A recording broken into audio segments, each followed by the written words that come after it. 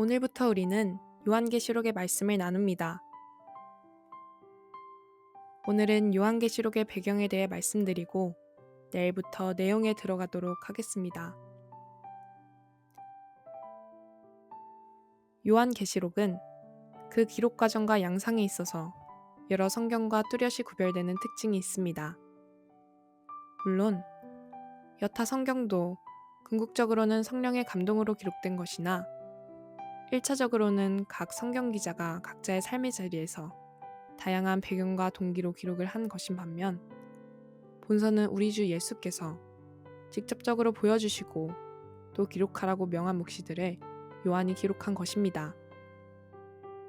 즉, 계시의 주체이신 삼위 하나님의 입장에서 볼 때 여타 성경 기록이 간접성이 있다면 계시록은 직접성이 있다 하겠습니다. 물론 구약의 일부 예언서들도 직접성이 다소 있으나 요한계시록처럼 절대적이지는 못합니다. 따라서 사실 본서의 지필 동기와 배경은 저자 요한이 본서를 기록하게 된 동기와 배경에 대한 이해라기보다 궁극적으로 예수께서 본서의 묵시들을 주시고 기록하게 하신 동기와 배경을 이해하고자 하는 측면이 더 크다 하겠습니다. 이제 이런 측면에서 이를 계략하면 다음과 같습니다.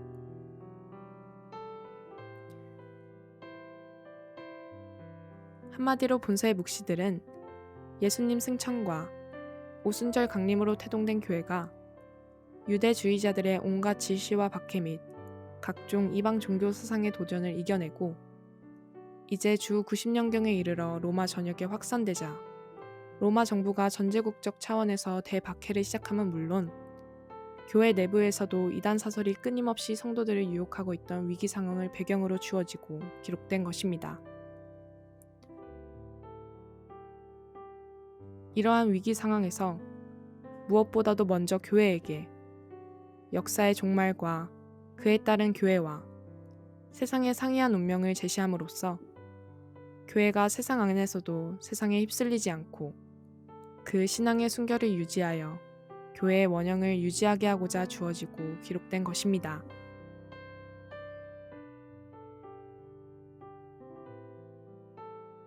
네로는 주 64년에 발생한 로마시의 대화재의 책임을 기독교인들에게 전가시켜 무수한 기독교인들을 투옥하고 학살하였습니다. 그러나 이 네로의 박해는 야만적이고 격렬한 것이기는 해도 조직적인 것이 아니라 극히 개인적이고 즉흥적인 것이었습니다. 또한 로마시에 국한된 것이었습니다. 그러던 중 로마 제10대 황제 도미티아누스는 전제국에 대한 황제급 확립의 일환으로 평소 사회에 미치는 종교적 영향력이 막대함을 잘 알고 있던 자로서 스스로 신격화하여 로마의 지배하에 있던 모든 사람들로 하여금 자신을 숭배하도록 하는 정책을 공식적으로 채택하게 되었습니다. 이로 인해 황제 숭배에 배치되는 종교는 금지되었는데 무엇보다도 삼위 하나님만을 믿는 기독교가 표적이 되어 마침내 기독교 신앙을 금지하는 황제의 공식 칙령이 선포되었습니다. 그리하여 초대교회는 비로소 조직적이며 대대적인 공식적 박해에 직면하게 되었습니다.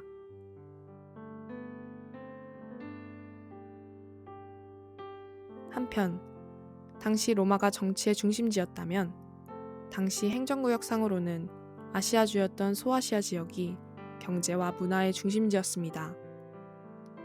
그렇기에 이 지방에 대한 로마의 관심이 지대할 수밖에 없었습니다. 그리하여 황제 숭배를 위한 신전들이 가장 빠르고도 대규모로 세워진 지방도 바로 이곳이었습니다. 이 소아시아의 전통적인 종교는 헬라 또는 페르시아의 영향을 받은 범실론적 다신교였습니다. 그리하여 이들은 굳이 로마 황제 숭배의 정책과 갈등을 일으키지 않았습니다. 심지어 유대교조차도 황제를 위하여 기도할 것을 결의하여 로마 제국과의 마찰을 교묘히 피했습니다. 그러나 소아시아 지역의 기독교 교회는 처음부터 죽기를 각오하고 황제를 신격화하여 숭배하는 것을 거부했습니다.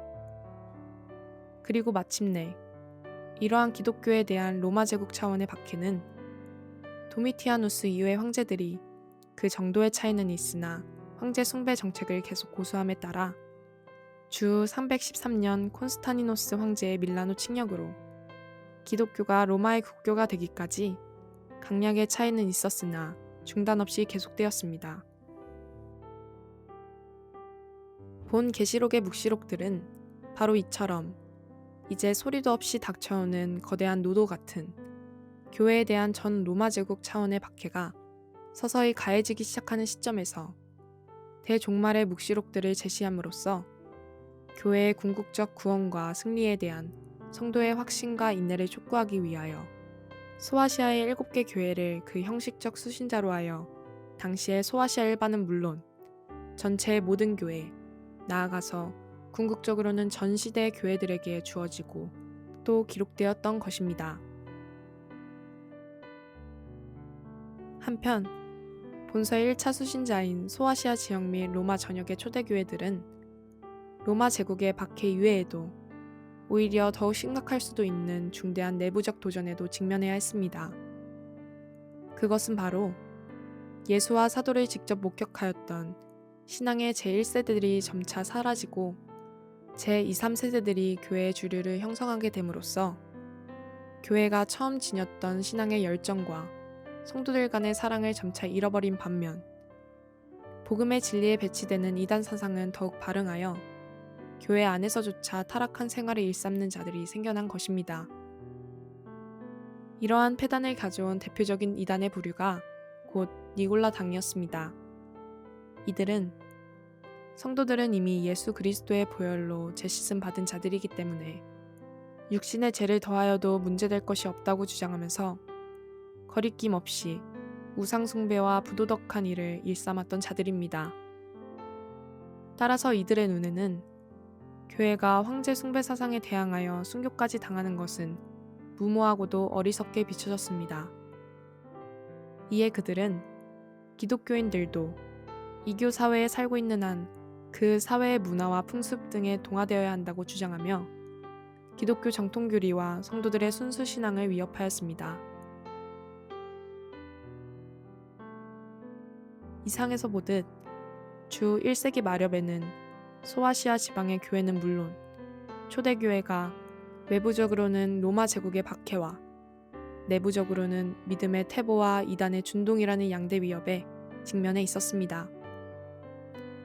이러한 와중에서 혹자는 박해가 두려워 배교하거나 혹자는 처음에 지녔던 것과 같은 열성적 믿음을 잃어버리고 그만 이단의 미혹당해 타락하는 상황이 연일 계속되고 있었습니다.